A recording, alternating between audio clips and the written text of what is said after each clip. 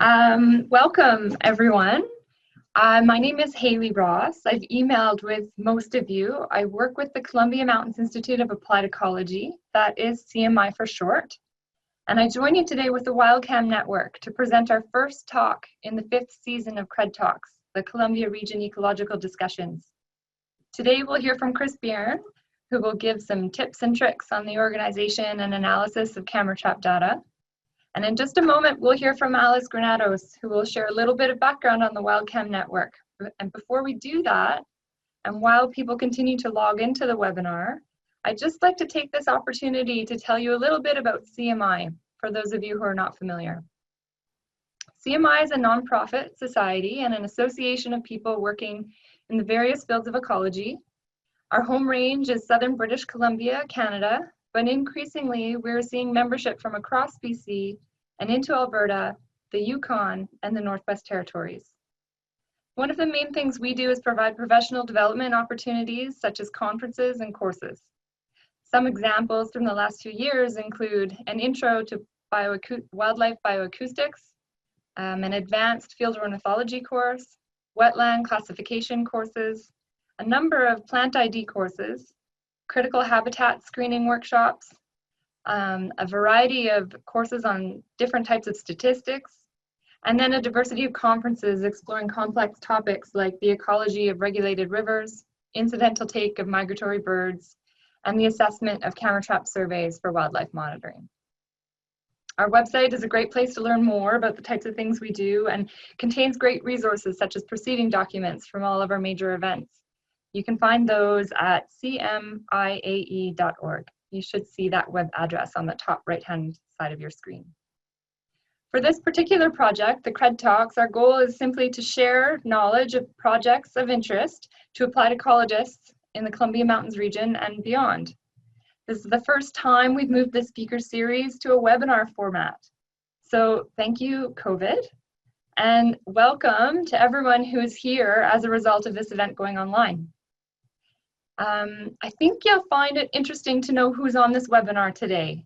So far, we've got 67 people who have logged in.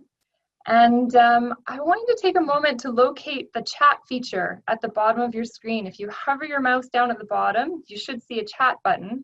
And I wondered if you could put in your name, where you come from, including the country, and your affiliation. From what I could see when I was handling the registration, we have an interesting mix of people on the line today.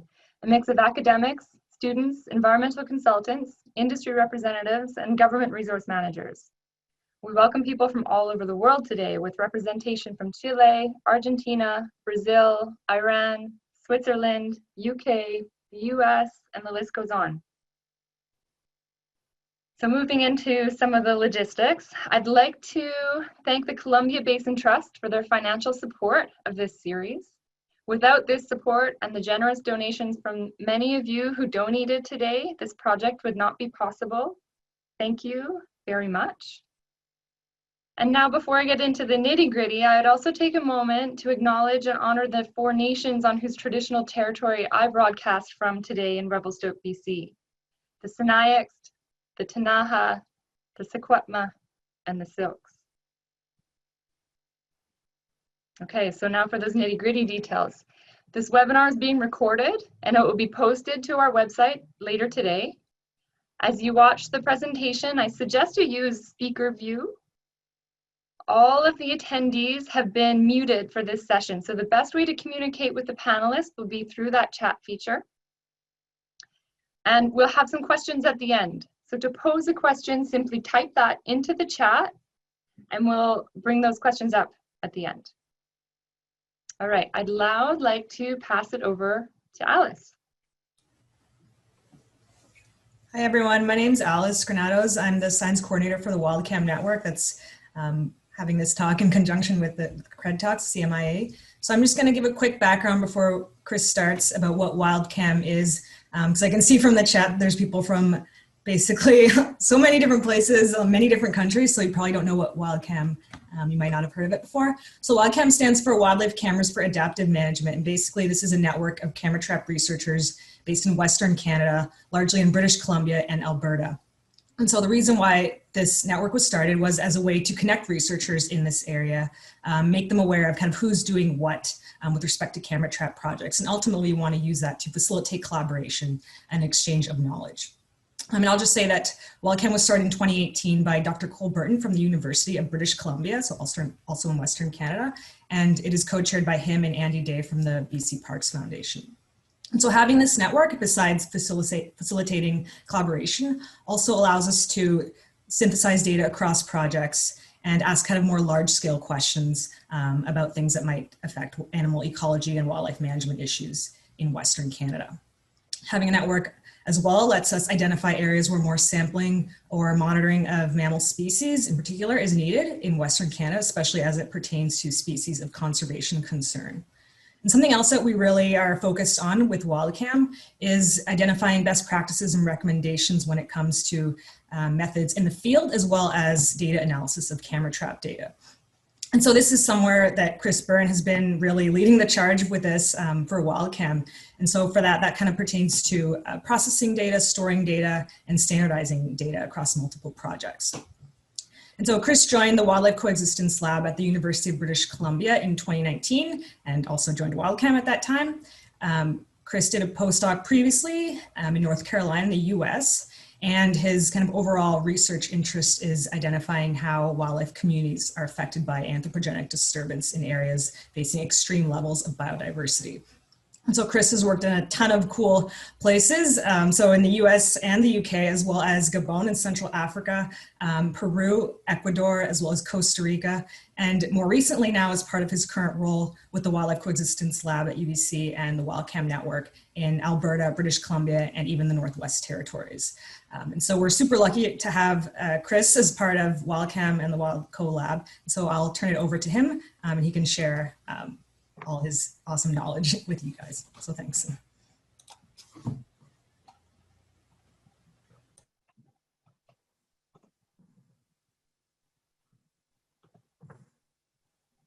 Ooh. All right, thank you, Alice. Can you all see my first slide? I guess, Haley, I'm looking to you for that. Yes, I see it. Okay, great. Thank you for that fantastic introduction, Alice. Yes, I've been based in Canada for just over a year now. And I'm working with lots of fantastic people. Thanks for inviting me to talk today. And I think I'm just going to dive right into it. So today I'm talking about tips and tricks for the organization and exploration of camera trap data. And I've had help with this session from the Wildlife Coexistence Lab based at UBC. My boss is Cole Beirne, and there's a huge number of fantastic researchers involved in that lab as well.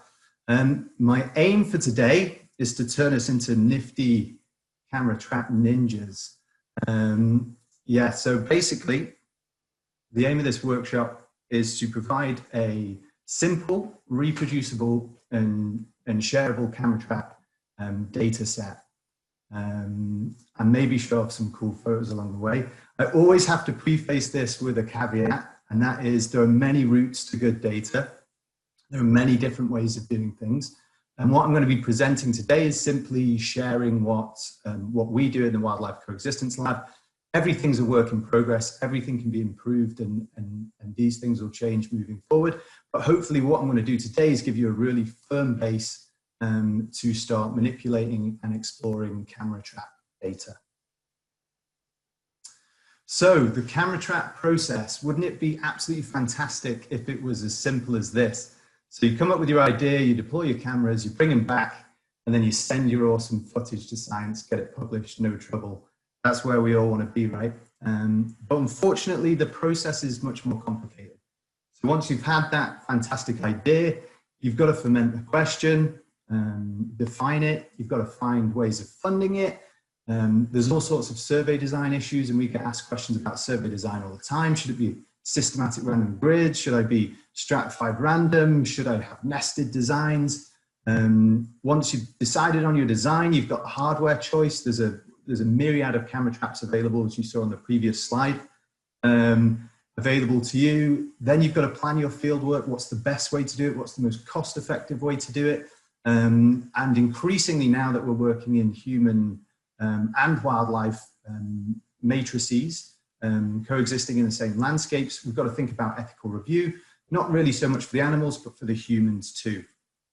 Once you've deployed your cameras, or when you go out in the field to deploy them, you've got to think about things like angle. What angle are you going to point them at? How high are you going to set them? Is it going to snow? Are you going to use lure? What sort of microsites should you target? Should you use the time-lapse function? So these are all a myriad of complicated things, and the spoiler is, I'm not going to be talking about these today. So the remit of today is going to be that process from after you've picked up your cameras, picking up your SD cards, going back to the lab, going back home, which is more likely at the minute, loading it up into the computer, and where do you go from there? So I'm pretty much be going to go through the process right from data storage through to data sharing. We'll have a little chat about analysis, but it's a little bit beyond the remit of this talk as well. So I'm going to get on my soapbox right at the start and say, if there is one thing that you take away from this talk, it's that you get interested in and reading about camera trap metadata standards, okay? So we base our standards in the lab. We standardize all our projects to the same type of data using the Wildlife Insights minimum metadata standards. And you might be asking, what is metadata? Well, metadata is essentially data about data. So unfortunately, you go out with a camera trap, throw it out, collect a load of images. Yeah, those images alone are not worth very much, okay? Without an associated bunch of data that goes with it, packages of information that explain how the data was collected, what it set out to do, and what's the information contained within those images. And these are vitally important, and it's not something I appreciated when I started getting involved in camera trapping, and I made a lot of mistakes along the way. I think I got to maybe 6 or 7 projects deep when I realized that actually I need to be standardizing all my column names across all these projects, or it's an absolute nightmare. So I paid the price for that and spent weeks standardizing everything post haste. Hopefully you guys are setting off from a better position than me. I'm just going to open up this Excel tab just to get you a feel for what's there.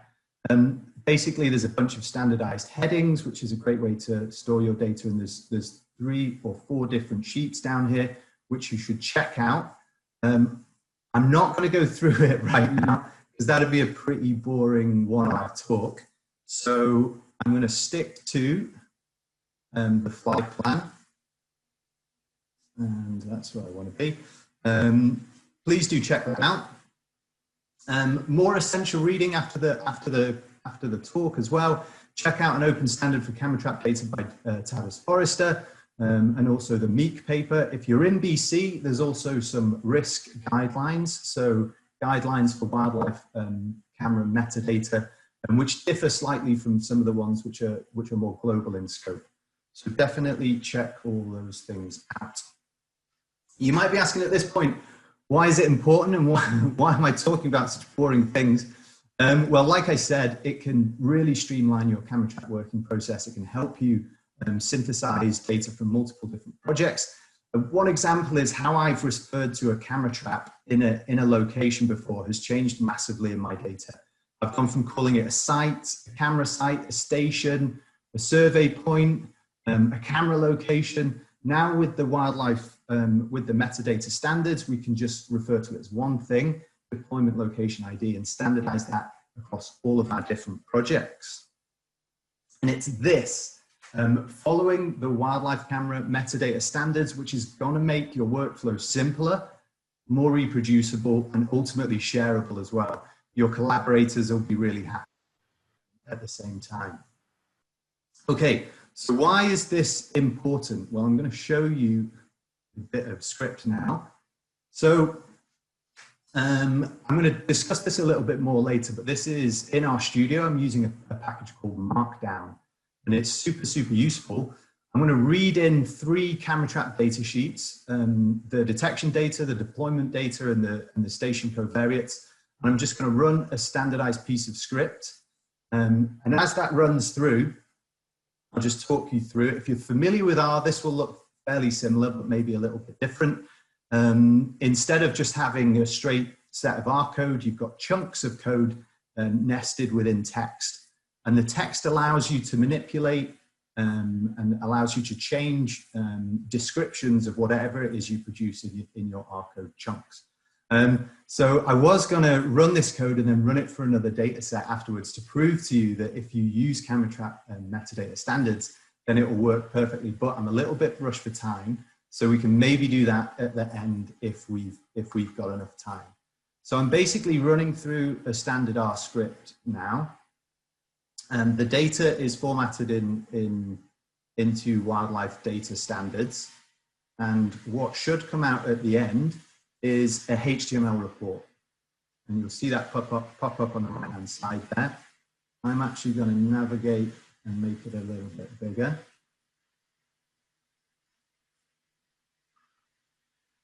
Okay, so this is a report from a set of camera trap data. It changes the name depending on the project ID. You get some maps. Some of these maps can be interactive. You can zoom in, zoom out. You can change your base map, look at satellite. If you click on some stations, it tells you the station label and what treatment type there is. And then it then dives into a bunch of different camera trap summaries, which we'll talk a little bit about later in this session. When were the different camera traps active? What did we detect when those camera traps were active? What's the different species breakdowns? How many species were detected? What frequency were they detected at? On the right-hand side here, what was their occupancy? I'm just going to scroll through because I will introduce all of these things a little bit later as well. You can also look at temporal trends within both in terms of effort of the camera trap survey and temporal trends in the number of detections as well. And what this allows me to do is really rapidly, even whilst I'm labeling camera trap data, just assess where I'm at. Are we getting what we expect? Are these results sensible? Do I have any issues with my data? And I can do this in a really rapid fashion. So I call that active data exploration, and that's where we want to be by the end of today. So it sounds like hard work, but actually when it's up and running, it's nice and simple. And as you expand your data set, you're going to pay the dividends of this, I promise you. So obviously in this talk today, it's pretty hard for it to be interactive. So we're going to share around a Dropbox link. And I have some example data sets in there. So data sets which you want to kind of aim to get to a similar standard after you've processed your data. I've also included the code to make this report and an example data set, 10 cameras from a spot called Richardson. So you can run this yourself. I've included a renaming tool as well. So a little goodie bag to go home with if you're not yet fully convinced. So I'm going to work through 6 different categories today, and we're going to start with data storage. Yeah, a little bit dry maybe, but very, very important. And I guess my first tip is in the field when we go and check a camera, service it, we take the SD card out, put it in a little labeled coin paper pouch. It's a nice way to do things, but when you get back to the office or get back to wherever you're organizing your camera SD cards, I love these plastic organizers. They're super useful. You can label them with the stations you're expecting to get, and it feels really nice, and it feels nice and robust. It's reassuring is what I want to say. Once you've got your SD cards all in order, you can start backing them up on the computer. If you've got a single deployment, so you go into a location and you're only surveying it once and then you're moving on, you've got a nice simple job. You can just make a folder, including the deployment location ID, and drop your footage inside. Things get a little bit more complicated if you're doing multiple deployments. Then I'd recommend a system where you use hierarchy of folders. So the first time you go out and check this camera, put them in one folder. The next time, go out and put them in a second folder. And the reason for that, you can see, is the camera doesn't use unique IDs for different locations or different deployments, okay? The file names of the footage is the same for different cameras. So you need this hierarchical structure to keep your data ordered and not mixed up. This is also hard encoded in the metadata as well. We'll talk a little bit about that later. Of course, make hard copies. There's nothing worse than losing camera trap data. also backup in the cloud as well, just for that extra bit of security. So once you're all backed up and you're feeling happy that your data is safe, we'll move on to pre-processing. So pre-processing is basically the steps which we have to take with our data before we start labeling the footage, which is probably the thing you're most familiar with. So how we pre-process data is changing as we go along. So I alluded to before, we need to start thinking about people's privacy and ethics committee review. One of the things at the WildCo lab that we're doing is camera trapping in parks on trails, in provincial parks on trails. So we catch lots of hikers. And we've obviously not gone out and asked these hikers if they want to be involved in our study. So the way in which we've got around that is using a blurring tool. And I think increasingly as camera trap projects move out of kind of, holy grail protected areas, pristine habitat, into more anthropogenic matrices, disturbance gradients, we need to start thinking about this, this issue as well as camera trappers and as reasonable people. So the tool that we currently use is developed by Parks Canada. I don't have permission to share it widely at the minute, but if you're in search of a tool like this and you don't have one available to you, contact me afterwards and we'll see what we can do.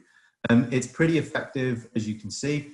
The dude on the left there is Beirne, who is the head of the WildCo lab. Yeah, looking sprightly and happy there.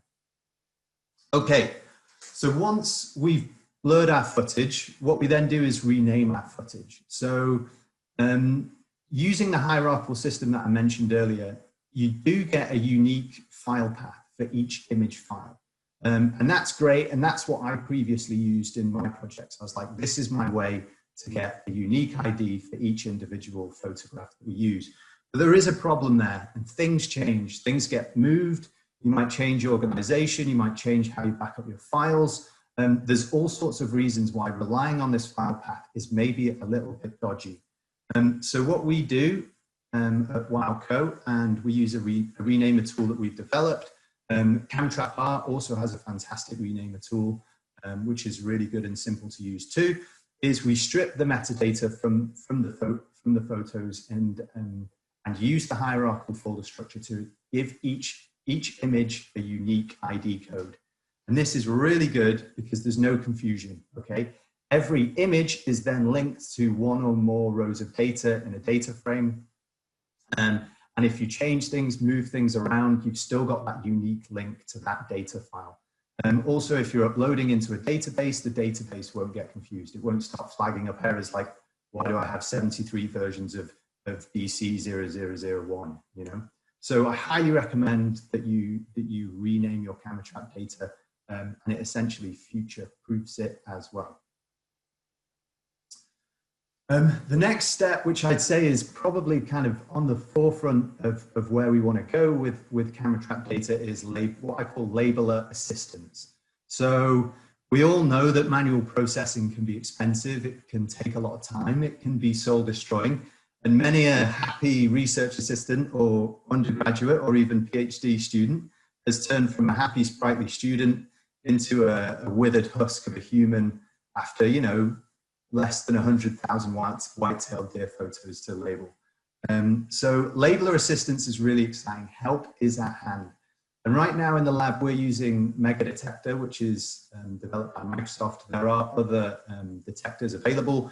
There's new ones popping out all the time. But currently we're using it as a first step. And basically what you do is you plug in the program and it goes through and draws boxes around potential animals. And this allows you to separate the blanks from the animals and much decreases your workload and increases your work efficiency. This is great. You can see it's worked successfully on the left there. Megadetector has labeled a moose. It does also occasionally work less successfully. Megadetector there has labeled a small branch. So take it with a pinch of salt. These things are not perfect right now, but they're getting better every single day.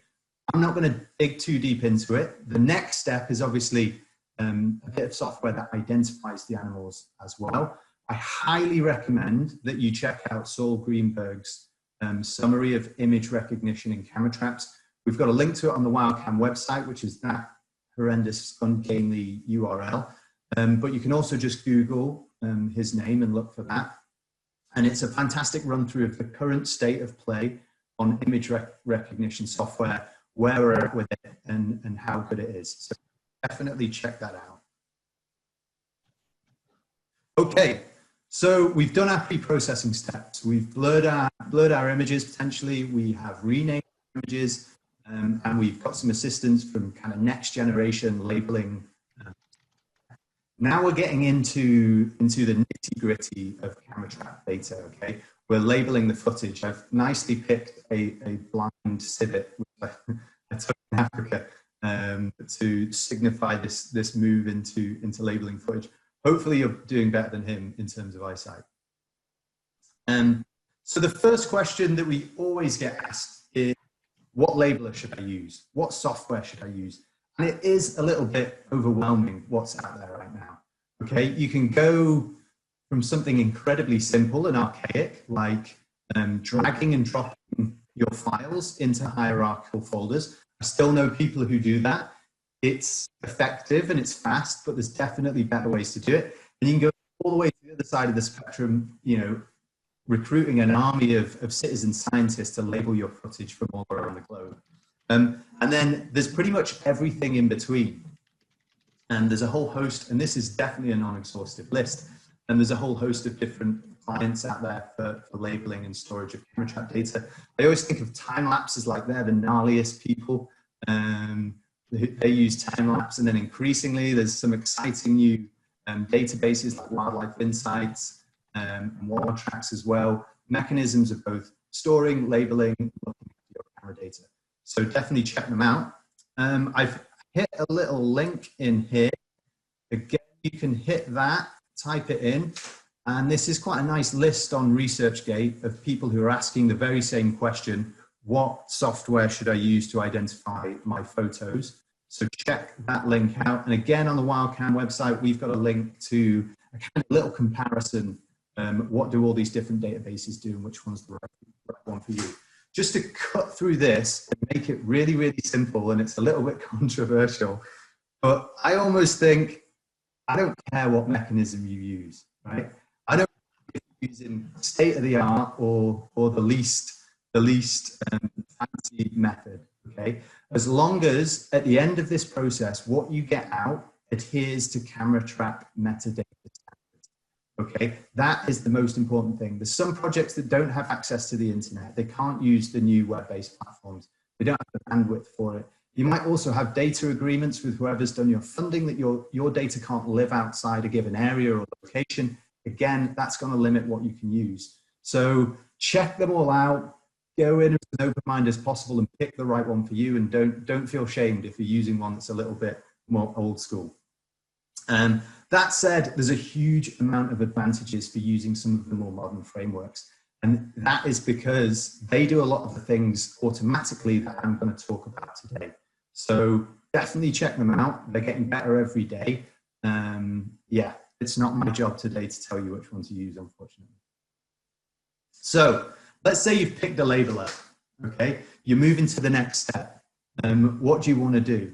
So my first tip for the top is identify everything you can. You might think this is obvious, but I have encountered examples of people, for example, who are obsessed about jaguars. They've gone out and camera trapped for a couple of years. And you're like, cool, can I have a look at your data? And then you see when they open the folder, it's just a jaguar folder. And you're like, what about all the other animals? What about the things they eat? Okay, so it sounds obvious, but identify everything you can.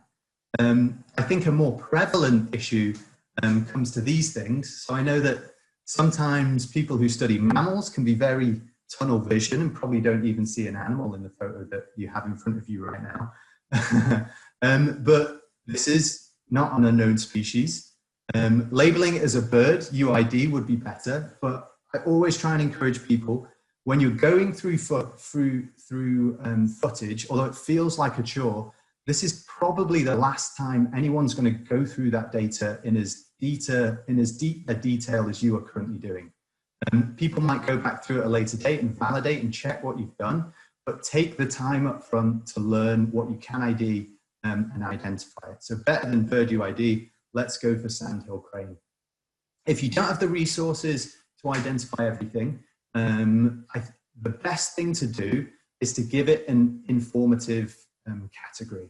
So rather than just saying unknown species, and you'll see this pops up in some of the things that I do later, say, you know, bird UID or mammal UID, and then you might get a student or a collaborator in the future who can go through this footage and label the birds if they're a bird expert. So give yourself the maximum opportunity possible to make your database useful in the future, and don't have meaningless or less useful labels. Along the same theme, and this is something that I get on my high horse about quite a lot, these are two images, so time-lapse images from the same site, one on the 14th of December 2018, one on the 15th of December 2018, right? These images are fundamentally different. If you got up in the morning and your vision looked like the picture on the right-hand side, I can guarantee you probably wouldn't be heading out in the forest to count animals, okay? So if we agree that vision is impaired on the right-hand side, we really need to have a mechanism to record when these issues happen. A lot of people are obsessed with recording when they set a camera and when they pick it up. More interesting and more relevant for when you're analyzing your data is when was that camera active?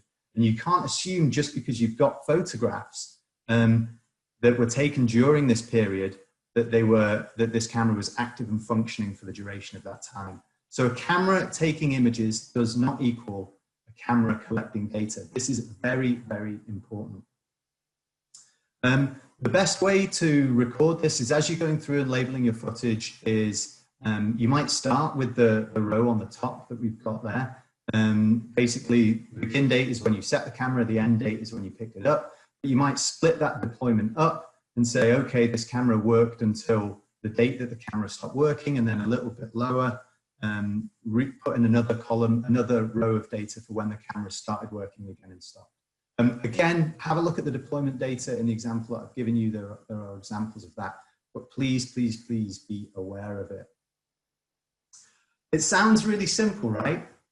You know, record when a camera changes how it functions, changes how it detects animals, but it's not always that clear cut, especially when you've got these guys in the mix, bears. So here we've got an image from Rich 55. It was running pretty happily with this field of view. If you're a mega camera trapper, you might be like, ooh, you've set that a little bit low. I'd say, yeah, fair. We probably did set that field of view a little bit low. So the bear came along, whacked it, and made it better. So that's a little bit confusing to know what to deal with. Luckily, it came back even later, whacked it again, and made it worse again. So there are some quite tricky things that you've got to deal with when you're thinking about field of view changes. But the main one is, if you think that the fundamental property of the camera in sensing animals has changed, then record it in your deployment data. And particularly if you're working in low productivity environments where you don't get a lot of animal captures, the time-lapse function is really, really important. So you can program the camera to take a photograph every day. Using that, you know exactly when a camera breaks, you know exactly when the field of view is obscured. I highly, highly recommend you do it. And in another example of why time-lapse is so important, Catherine Sun, who's in our lab at the minute, another postdoc, she's working on extracting useful phenological data out of camera traps. You can see we're getting a whole host of information about the broader area around a camera trap that could be useful in understanding how animals move and use this landscape. So definitely take time-lapse photographs. You can see clear differences in the color spectrum between spring, summer, and autumn. Watch this space for some really cool research in the future. Time-lapse images are very useful. Another tip for labeling footage is don't delete anything. In the past, people have removed images of people or not even ID'd them. It's increasingly becoming clear that human activity is very important in influencing how animals use sites, their habitat use and movement. So ID human activity as well. If you can, give it a useful label. You know, dragging it around on a 4x4 machine is definitely different to mountain biking. It's different to walking. It's different to hunting. So again, take the time to label your human activity. And another one, again, you're going through this footage in the most detail, and it'll probably be the last time anyone does it. So don't miss really good pictures. This is Karate Cat from the front page of this talk. That did pretty well on Twitter. It's quite an amazing picture as well. So to kind of bookend the end of labeling footage, consistency is key, and always think about that. Particularly when you've got a really big project, you might have multiple people involved in labeling footage. You might also be entrusting it to a computer at some point in the future. But if you do so, whether it's AI or it's human, train your labelers. Don't assume that everyone is labeling the same thing. Don't assume that they're doing everything in the same way. So you always want to record who's labeling footage, just so you can check this post hoc, and you can do that using data exploration techniques that we'll talk about later. And I always say it, be very careful about your species codes or your species labels that you assign to footage. Whenever I get a data set from someone, there's usually some repeats. So moose with a capital M is very different to moose with a well, it's not that different, but it is different to moose with a lowercase m. And it always takes a bit of time to clear these things up when you're cleaning a data set for downstream data analysis. So always check for that. And also, I think you should really take time to count the number of individuals in each bit of footage. I know there was a mad obsession with occupancy a few years ago, which meant that people maybe stopped counting the number of animals that's in their footage. But just like with the field of view and the time-lapse data, there's lots of information in camera trap photos that goes beyond just the species that's in there. So knowing that there's one, peccary on your camera trap, I think is very different to knowing that there's 20 in a massive social group. So take the time to count individual animals, get as good an estimate of minimum group size as you can whilst you're labeling your footage. And I guess being on my soapbox about this and thinking about how AI is potentially going to change how we label our camera trap images, it's really good to remember that there's more information in a camera trap image than just the species that's in there. So think really hard, think outside the box if you must, think about your study system, think about what questions might be important to this area, and think about whether discriminating things like behavior is an individual eating or is it running through this landscape. Potentially that might be informative to some of your hypotheses. Also think about individual identification. So the ways in which we measure density with camera traps are changing and they're improving every passing day. And we're getting to points now where even a little bit of information about property that discriminates one individual from another one is informative when calculating density. So even if you can't do unique individual ID, it might be worth checking out if you can just record color code, the color of individuals' coats, unique markings, or maybe antler points, or increasingly GPS collars are a really good use of this as well. And this can be used to parameterize some density models.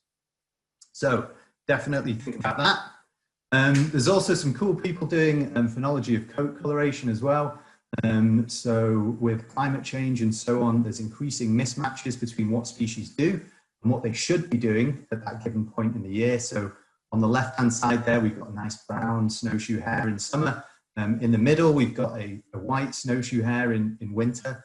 And on the right-hand side, we've got slightly confused white snowshoe hare running around with no snow on the ground. So these mismatches are getting more important, and camera trap data can be very important in teasing these things out. So even if you don't do it in your project, think about organizing your data in such a way that you could help someone address that question in the future through collaboration.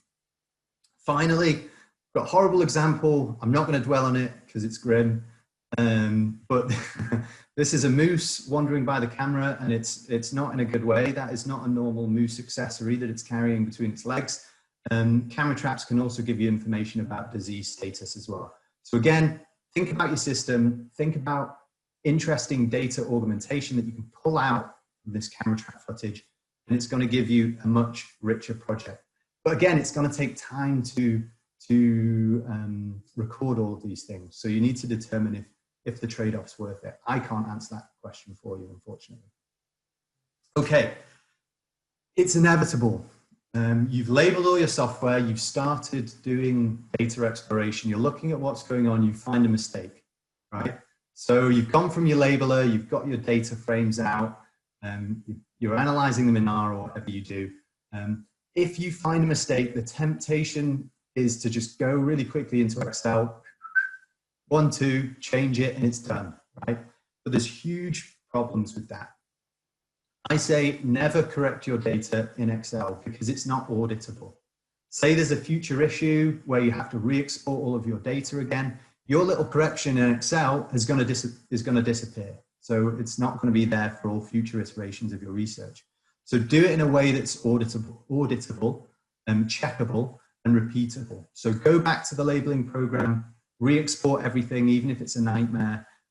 Or if you work in R and you've got a workflow of data cleaning and data checking, add it to that data workflow. But do it in such a way that it is checkable and auditable in the future. Don't try not to use Excel. No, don't use Excel. So we've talked a little bit about labeling footage. There's obviously a huge number of other things that we could delve into about labeling footage, but we can move on and maybe have a bit of a chat at the end. The next thing, and one of the most important things, like on a level with thinking about metadata standards and all the things that metadata standards bring, one of them is really robust organization of your data. So I mentioned, I don't really care what system you use to label your footage, as long as it's organized well at the end of it. And I think you can have a usable camera trap data set with just 3 data sheets. There might be some scenarios where you get away with 2, but I think you really want to be aiming for at least 3 data sheets. So those data sheets are your detection data. So the detection data sheet is essentially the labeled data that you've exported from your labeling software.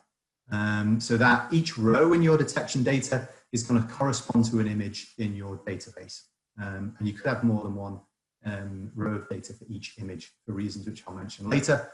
You've then got a station covariates file. And I call this time invariant information. So this is information about your station that does not change. So you've gone out, you've GPSed a location, you're going to camera trap there all the time. It's within a certain habitat, or it's in a strata, or it's in a certain treatment. That information is not going to change. That would go in your station covariates. And each deployment location ID is linked to one row in your station covariates. You've then got deployment data. So this is things that do change through time. When a camera blinks on or blinks off, or it might be field measurements that you go out and measure whilst you're in the field, like vegetation height and so on. In the Dropbox link after that will be sent around after this presentation, I've given you a little, a short subset of 10 camera traps from Richardson that gives examples of each of these data sheets. So you can go through them and check them out. Send me an email if you find a problem or you have a question, and we can talk through it. So just digging a little bit deeper into a detection data sheet. Like I said, these are the image labels. So typically you have species names, the number of individuals, you're going to have your estimate of minimum group size, and then you're going to have any other information that you've managed to glean from this camera trap footage as well. Like I mentioned, you know, do a really good job of trying to count the number of unique individuals that you see in a given event. I think that's quite important. So the number of individuals differs from the minimum group size because the number of individuals is the number that you can see in a given photograph. So look at the photograph in the top left, that would be 2 individuals. The photograph in the middle top, that would be 1 individual, okay? But your minimum group size is your estimate of the minimum number of animals you think are in that event. So you see, different individuals run past as they go through, count them, and that will give you an estimate of the minimum group size. We say minimum group size because we can't always be sure that we've got everyone, right? And I think just explicitly stating that is quite important. There could be animals that have gone behind the camera. There could be animals that have run past so fast they're not caught in that event as well. Yes, so typically one image links to one row in the detection data frame, but that can change, particularly if you're identifying unique individuals as well. You might have two individuals in a given image that you can identify or count some property of. You might want to have a second row of information in the detection data to reflect that. The next one is station covariates, and this is the time invariant information, okay? So the essentials, examples of the essentials are deployment location ID, the coordinates of the station, any treatments, whether they're on trail or off trail as well. So we've got coordinates, exactly where you are, treatments that aren't going to change through time. So in this example, in this project, we were looking at different seismic lines. Some of them are actively regenerating, some of them are kept open for human use. So this is something that isn't going to change through time. So I recorded that in the station covariates. And also the line width, because the width of these seismic lines isn't going to change through time. So that is the station covariates. Deployment data is a little bit different. That is you're recording when a camera is active and when it isn't. Other things that you might want to drop in there as well are things that you might go out and measure in the field when you're checking a camera, if you're going back to it multiple times. Things like vegetation height, the observer or field crew who did that check, who serviced that camera, very important to know. The type of camera that you've deployed, that might be something that changes through the project as you update your hardware or as things malfunction. And so, yeah, check out the deployment data sheet. And again, I'm getting on my high horse about begin date and end date. Begin date is when the camera starts functioning. End date should be when it stops functioning effectively. And then a new row if the camera comes back online, even if you've not serviced this camera. I think that's much more important than the day you picked up a camera. So just a little reminder of how you'd record that in your deployment location data. If a camera blinks off and blinks back on, it'd be represented by two rows in the deployment location data rather than just a single one. So these are your key data sheets, the fundamental 3 data sheets that you need for analysis of camera trap data. And in that bit of code that I showed you earlier in Markdown, you can see I only read in 3 data sheets, and those were those 3 data sheets. There are, of course, a host of other different data sheets that you might want and might need. One that I typically have for a project is species metadata. So this is information about the species recorded in the detection data. And I'll talk a little bit about that on the next slide. If you're managing a really big project as well, you're probably going to want an equipment inventory. So some way of knowing when a camera is deployed or if it's broken and what's wrong with it. And this is a great way of tracking camera IDs as well. So it might be in the future or in some analyses, we get interested in the variation between different models of camera traps. So I put out a Browning in it and it caught 50% more animals than the Reconyx. All right, if I've effectively maintained my inventory and recorded the cameras I've deployed in my deployment data, I can actually dig into that and look into it and see if that is the case. So if you're running a bigger project, an equipment inventory might be important. And finally, if you're running multiple projects, a project metadata sheet as well. This basically describes all your different projects, talks about how they're different. And this is really important when you want to share data with collaborators. So at the very least, you're going to have 3 data sheets. It's more likely you're probably going to have 4 to 6. And there's other ones you can imagine as well. So the reason why I think species metadata is so important, and it's twofold reasons. First one is we want to eliminate all confusion. Deer is a very common label when you look at camera trap footage. The world over, you'll see a deer on an image, like, oh, deer, right? But even up here in Northwestern America, we have more than one species of deer, right? We've got mule deer and we've got white-tailed deer. This is before you get into, you know, the brocket deer of South America and so on. So deer is not enough.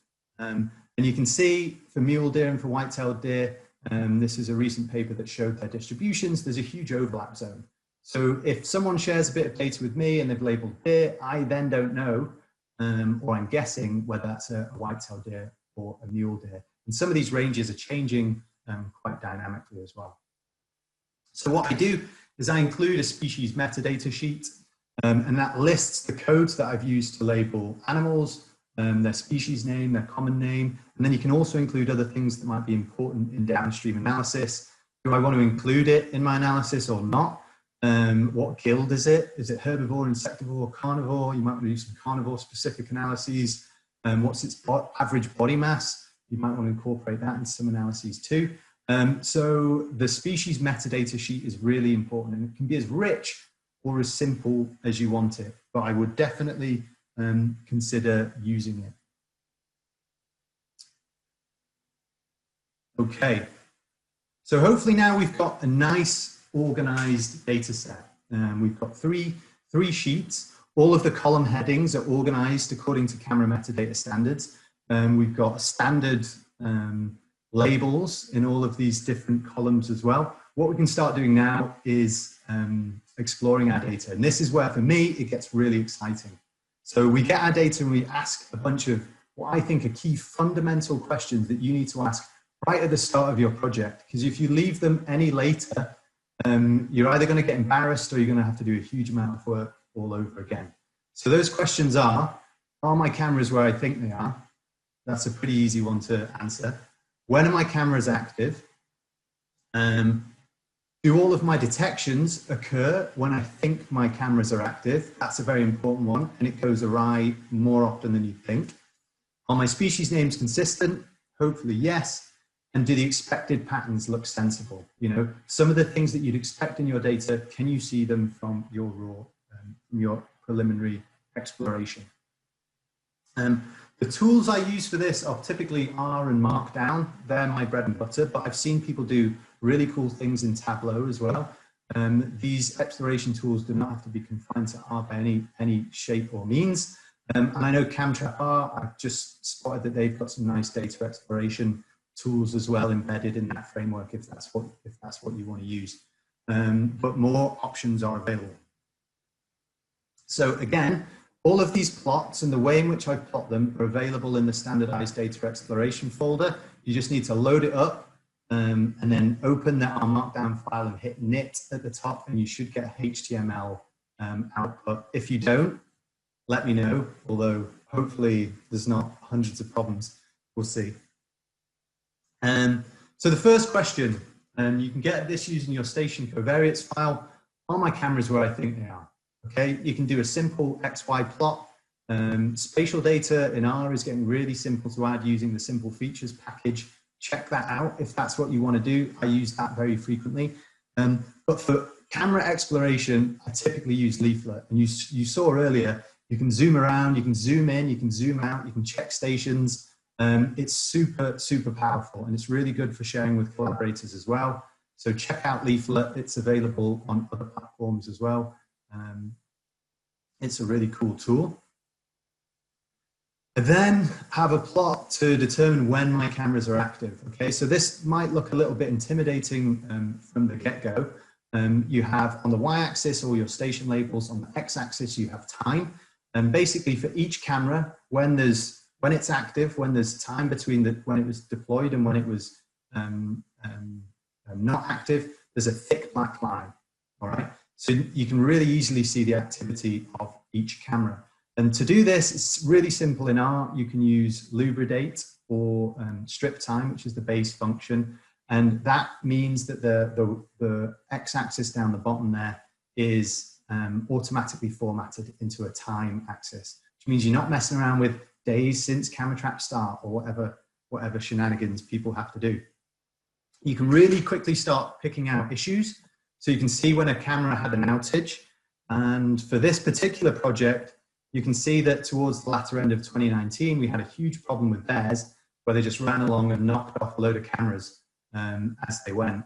So you can quickly diagnose large issues with your surveying as well with this sort of plot. You can take this plot to the next level by adding in species detections. Okay, so it's a simple, or not so simple, but it's an improvement on the previous plot to add in detections of the different species as well. And then you can start seeing really if you have detections inside or outside of the areas by which you think a camera is active. You might clock, if you look at Rich 2 on down at the bottom there, you might think, oh, there's an issue. They're collecting lots of data, they're getting lots of detections of a camera which is down as not active.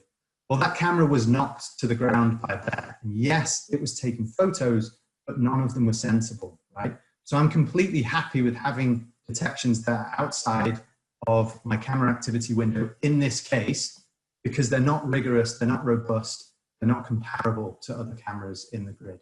And that's the question you've got to be asking yourself. People all the time have issues with cameras, wondering, you know, I put my cameras in and I set them last week, but for some reason I've got data from 1970. There are ways of dealing with this. Some of them change the EXIF data. I'm not sure if CamTrapR and Timelapse do, they potentially do as well. But EXIF date change definitely does, so check those tools out. Are my species names consistent? You can do that from the detection data, and this is probably one of the first things I do whenever I get a camera trap data set, is I do a table of all the different species IDs, and I start having a look and thinking, okay, are all of these sensible, or any of them duplicated? If you've got a quick eye, you'll see we've got bird SP and bird SPP. They're the same thing, it's just a different labeler had put 2 Ps in instead of 1 P. So yeah, that's one thing to look out for. Also the same with unknown and unknown species. I don't like unknown on its own, but that's the reality of a lot of camera trap data sets. And sometimes it's impossible to even know what sort of animal it is. But you might want to go in and standardize those as well. Remember, do not use Excel to make these corrections. Go back into your labeler or do it in your data checking or formatting pipeline. And are my species labels consistent? So I talked about, you know, measuring other things from camera trap data, things like sex, disease status, and so on. And you can do bar plots broken down by each different species just to check that these things are being done appropriately. Are you seeing what you'd expect? So the bar plots I've got here for each species are whether or not someone's identified a male or a female for each given species. And you can see that for the vast majority of species, it was impossible to tell whether they're male or female. That's great. So for moose, okay, we're getting ratios that we would expect, because we'd expect to have a lot of footage where it's easy to tell if they're a male or a female, because males have, yes, big antlers. For the white-tailed deer, which is this species here, you might think, oh, that's an issue. Only females, that's a little bit weird. But there was only 2 instances of white-tailed deer in this field site, right on the edge of the range of white-tailed deer. So the fact that we got 2 females is probably not that surprising. But I highly recommend some of these plots to do active data exploration as you're labeling. And you can do this by idea as well, by the person who's labeling your software, by each individual person, so you can check that everyone's labeling the same sort of things, but maybe going too deep there. The next thing to do using the markdown script or whatever you want to do is, do you see patterns which look sensible? So I think one of the best things to check are temporal patterns. So for example, this is a graph from a sandhill crane. You've got time on the x-axis and the capture rate on the y-axis across the whole of the project. And sandhill cranes migrate, so they're much further south in winter and they're up in northern Canada in summer. So you'd expect a peak in summer and then they disappear completely in winter. If we were getting sandhill crane detections in winter, we've clearly got a time date issue in our data set, and we can diagnose that and address it.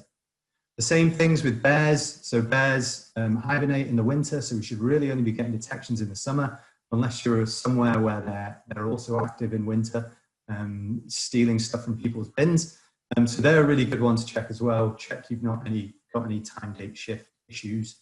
And a new one, which I haven't been doing till recently, was check daily patterns as well. If you've got a species which you know is diurnal, just do a histogram of the hours when you catch them, and you should be detecting them all diurnally. This isn't always the case. We had some spider monkeys which we caught at night, which initially we thought was an issue, and then it turned out no, we actually caught them at night. So these things are flexible, but they're always very informative. So I think the take home here is try and be as active about data exploration as you can be.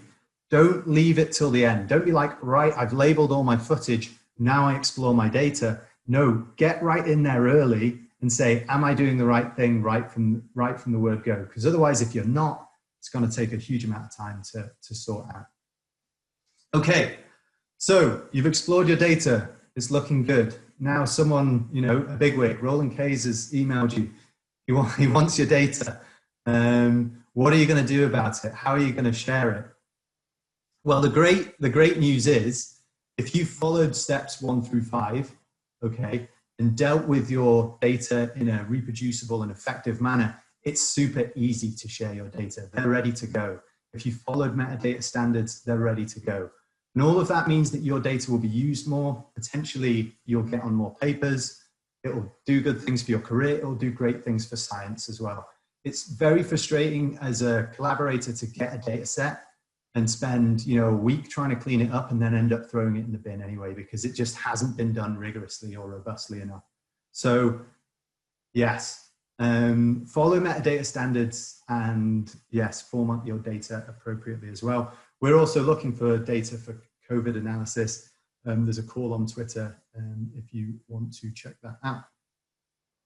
Okay, so the next big question, once you've done all these steps, is analysis. And unfortunately, although initially when I came up with the idea for this webinar, I did want to get onto analysis, and we could start talking about, you know, a few different things: standard formatting for occupancy, mixed effects models, activity graphs, and things like that. 1 hour is not quite enough, and I think I'm about on time anyway. So we can have that as a story for another day potentially. Email Hayley, ask her for a repeat event. But if you've done all these things and used and formatted your data appropriately, I've no doubt you'll submit to science and you'll sail in no trouble. So I'm going to end there, and I think we're going to ask questions. My main thing again is think about, read about, and use camera trap metadata standards. If you're going to go anywhere near camera trap data, please use them. It's worth the effort. I've got a huge number of people that I need to thank. I've only put a smidgen of the people down. Sandra Fay, Wiley Fuller, Jake Fisher, Joe Berger, Erin Tattersall, Kat Sun, many others. I definitely want to big up Jake's talk in a couple of weeks as well. That'll be fascinating too, so log in and check that out. And thanks to the WildCo group and Wildcams and the Columbia Mountain Institute as well. Cheers. We'll open it up for some questions. Great. Thank you very much, Chris. I'll just cancel your spotlight video there. Now would be the time we ask everybody to give you a big round of applause. Of course, you won't be able to hear it, so just know that we're all clapping and we're really thanking you for your time and running through that so quickly. There are a few questions coming in. Sweet. So I'll just start with one of them. One person says, I use CamTrap R, there we go, Yeah. and manually label sort my camera trap images. I'm confused about how to label the images with regards to animal group sizes and behavior in order for this information to get incorporated into the record table. Mm-hmm. Yeah, so it sounds like they're doing manual sorting of images. So I'm just gonna skim back, and this is the way that I used to do things on my projects as well. I'm just going to click out of that. And that's the biggest drawback, to be honest, of using an approach that is slightly dated now. If you do manual sorting, it's very difficult to incorporate extra additional information from this data. So if you're going to be doing anything more nuanced than occupancy analysis, so say you're only interested in where an animal is, whether it's present or it's absent, fantastic. Use manual sorting. But if you want to extract any more information out of these images, the absolute best thing to do would be to adopt a workflow that incorporates some of this labeling software. It'll make your life a hell of a lot easier. The only way to do it by manual sorting is increased layers of hierarchical folders. And it's just a nightmare that I wouldn't want to put anyone through. So my advice to that person would be research and get involved in some labeling software, whichever of these that it is. Unfortunately, yeah, manually sorting your data is only going to be able to take you so far. Hopefully that answers the question. Okay, great, thanks. We'll move on to another one. There's a bunch of questions rolling in now. This came up in section 4, I believe, when you were talking about organizing your data. It says, can an image be linked to more than one row? How does it work when working with time-lapse? So time-lapse, I have no direct experience with. I'd have to defer to someone else. I know people have used it and they love it. I don't know if that's a limitation for time-lapse. So I will say, I've not used all of the software that's on this page. Yeah, I don't know if you can add an additional row. Again, every single labeler, every single piece of software has benefits and costs. There's not a single one out there right now that does everything and does it effectively.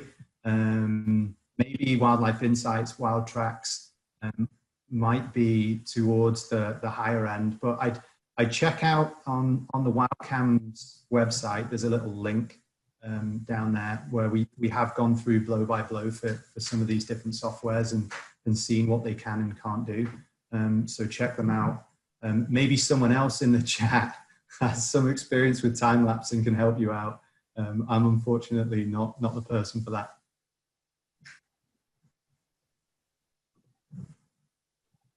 Okay, great, thanks.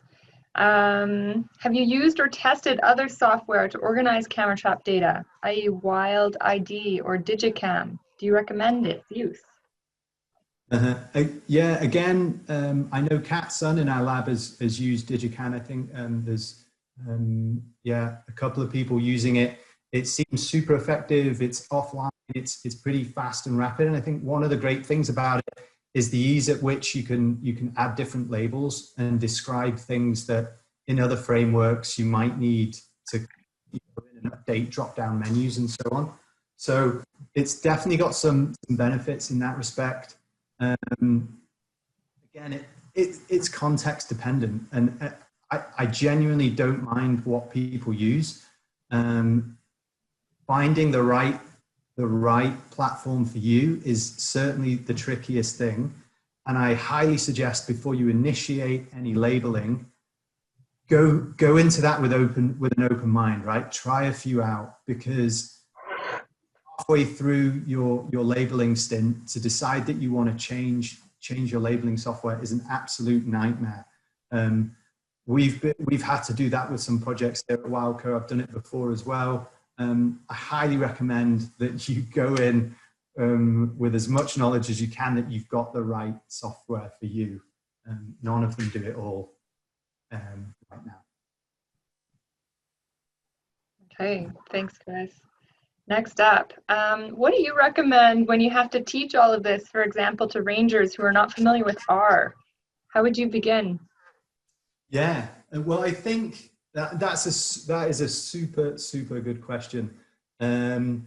Yeah, I think if you've got a really robust framework on how you manage your data and how you label it, it would be possible to have something like an R Markdown script or a Shiny script that works kind of at the front end to pump out reports that people without technical knowledge can process. But that's it's a long walk to get to that level.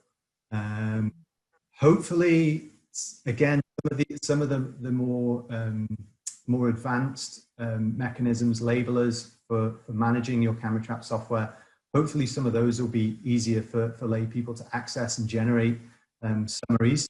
But we're certainly not at the point right now where, you know, people can be running their backyard camera traps and not proficient in analysis software and be able to produce some of these summaries in effective in a rapid way. There's always going to be someone cranking the levers in the background at the minute. So yeah, hopefully we'll get there at some point. Okay, that's great. Thanks. There's a chat that was just, there was a message that just was put in the chat from Cole.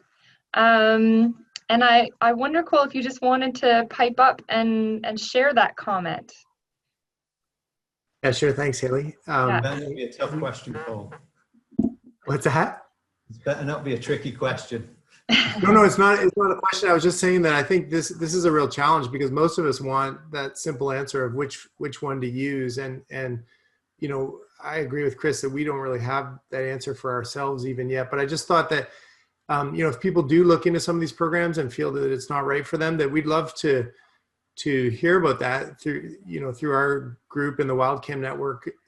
We're actively developing one for our own lab that we think might have use for other people in the network, but we also don't want to reinvent the wheel. So we're at the same time keeping up with developments in some of these other software programs. So there's lots happening, but yeah, it can be a bit overwhelming. And I think keeping in touch with us through the network, we can try and certainly share any developments that we see in terms of these different processing tools. Okay, great. Thanks for adding that. That's cool. Moving on, Chris, do you have a particular preference on camera trap model for this remote sensing work? I've seen a few different Bushnell models out there, but I'm interested to hear your perspective on one model that is preferred over another. Oh, yeah. Oh, hitting me with the tough questions here. Fortunately, I'm gonna give people really unsatisfactory answers, I feel, because in very much the same way that, you know, we haven't settled in on the best label of software. I feel like we're also in a similar place with camera traps to a certain extent. So we know that the Reconics are really robust, last a long time. They've got great battery life. They're really reliable. They seem to have less of the date issues that some of the other brands like Bushnell have. The longevity of them is pretty good, and they have a great guarantee from Reconics. The issue is they're very expensive, so that kind of kicks them out of the league for some people. You know, you'd rather have a 40 camera grid than a 6 camera grid. You know, so I understand why people go for other camera trap models. We also work with a collaborator, Robin Naidu, that thinks that in some cases Reconics are maybe missing out on smaller species when deployed at equivalent heights to other cameras as well, like Brownings. So yeah, it's not as easy. I mean, I've published and analyzed data from multiple different models. It certainly shouldn't be an issue that it's certainly not a hurdle to good quality science. To use you know, a Bushnell camera over a Reconics camera, right?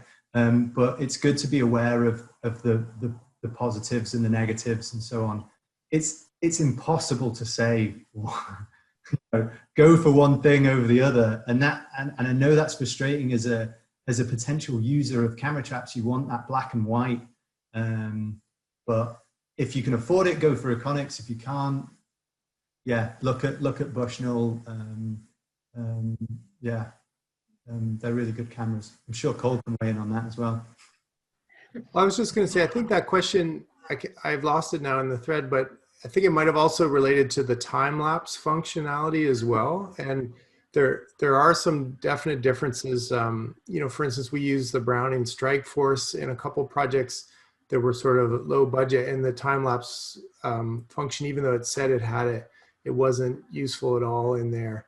So I think there are considerations if you're incorporating that, which we definitely recommend. And And yeah, I would say go Reconyx, but I think you're totally right, Chris, that there are various considerations, including budget considerations. But people often need to think about the lifetime of their project too. And if you're having to replace the cheaper camera every year, every other year, because you're having a high proportion of malfunctions, then in a multi-year project, the Reconyx can be pretty cost competitive with others as well.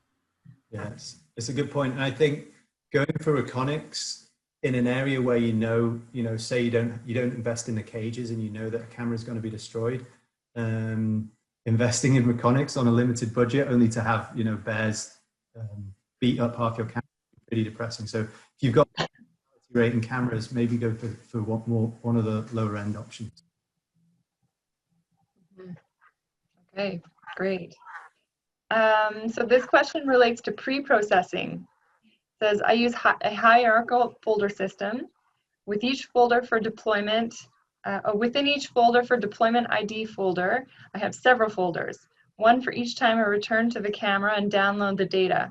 I use wild.id for image annotation, which requires all images to be in one folder per camera for upload. Have you got any tips to do this, as merging folders manually is taking me a lifetime? Okay, I definitely think there can be a code solution for what they want to do.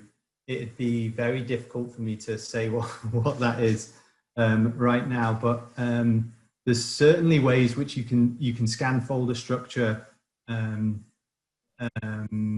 then move things around depending on the structure that you found. So I'd recommend that. And in a very similar way, so if you check out the WildCo image renamer, you can extract the locations of folders and information about them and then reorganize them based on that information. So check out the WildCo image renamer that's going to be in that Dropbox link. You might find something in there that you can use. If not, send me an email and I'll help you out. Nice. Okay, what time is it? 1:20. So we're going to try to wrap up by 1:30. So we've got a little bit more time here.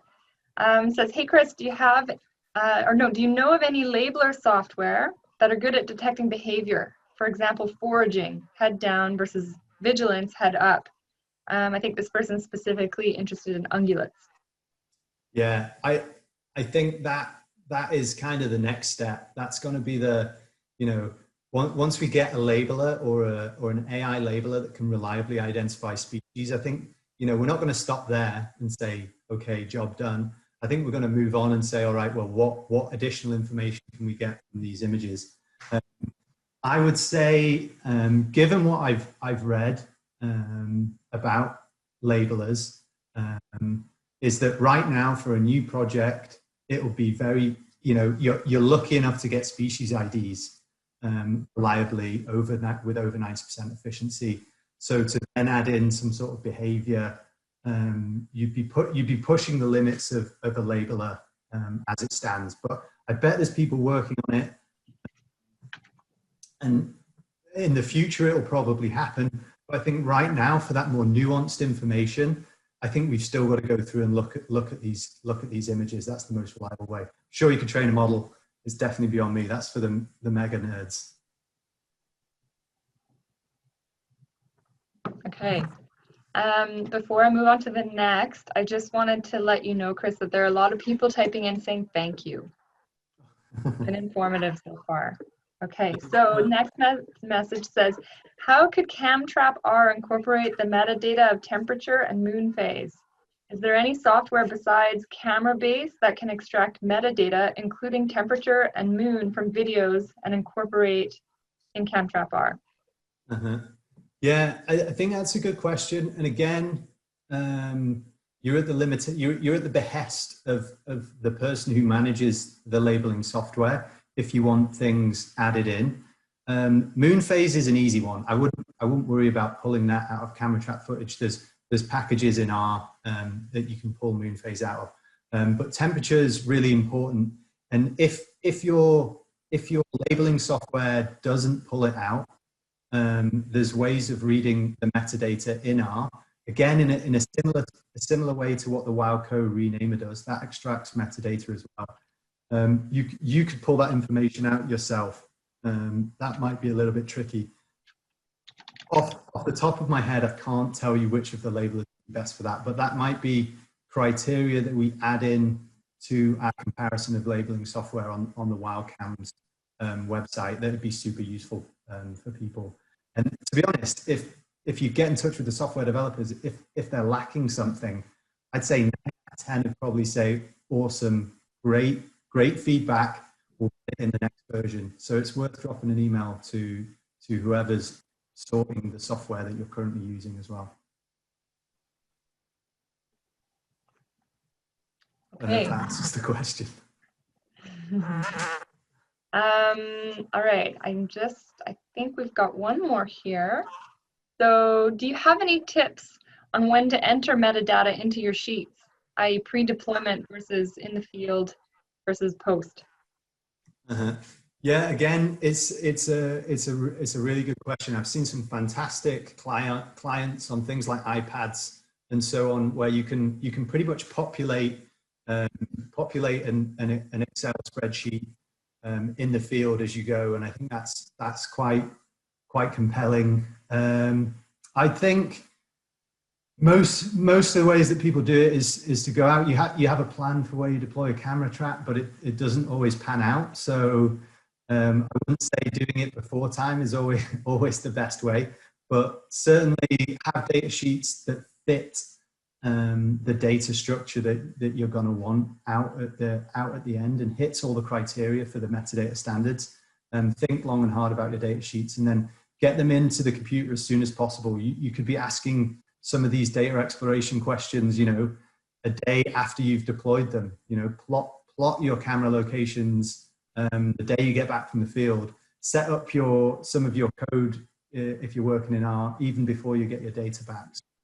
I'd say be as proactive as possible, both in how you explore the data, but yeah, also inputting it as well. Okay, fantastic. Thanks, Chris. I think it's 1:25, and just to reiterate that a lot of people are writing in to say thank you and to say that this has been really helpful. Sounds like you might have a few follow-up emails to deal with after. It's all good. I just wanted to thank the folks who are helping with the, in your circle. So with the Wildcam network and also the UBC WildCo lab. We have somebody on the line I haven't mentioned yet. Her name's Isla Francis, and she's been helping me with the Q&A at the end. So I wanted to thank her again. Alice Granados and Cole Burton have all been really helpful. And of course, I need to thank my funders, so the Columbia Basin Trust, and thank you again to everybody who donated today to help make this possible. Your donations really do make a big difference. And I wanted to draw attention to our next talk. So maybe what I'll do is I'll just throw up a slide. Chris, if you could unshare your... You're in. Perfect.